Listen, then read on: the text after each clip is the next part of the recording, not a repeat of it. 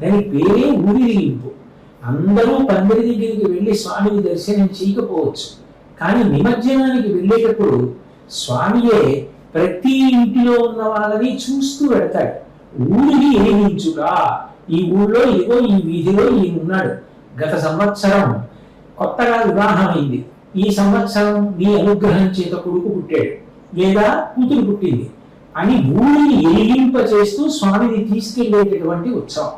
అది ఎంతో భక్తి శ్రద్ధలతో ఉండాలి. కాబట్టి ఇంత బాగా ఇంత భక్తిగా చేస్తున్న ఈ ఉత్సవాలలో చిట్ట చివరి నిమజ్జనం దగ్గరికి వచ్చేటప్పటికి అపశృతులు జరగడం, ప్రమాదాలు జరగడం, శరీరావయవాలు భిన్నం కావడం, నేరాలు జరగడం, ఉద్వేగాలకి లోనవడం, భయంకరమైనటువంటి రీతిలో శబ్దాలు వినపడేటట్టుగా ఆ పరికరాలను ఉపయోగించడం, ఇటువంటి వాటిని తగ్గించి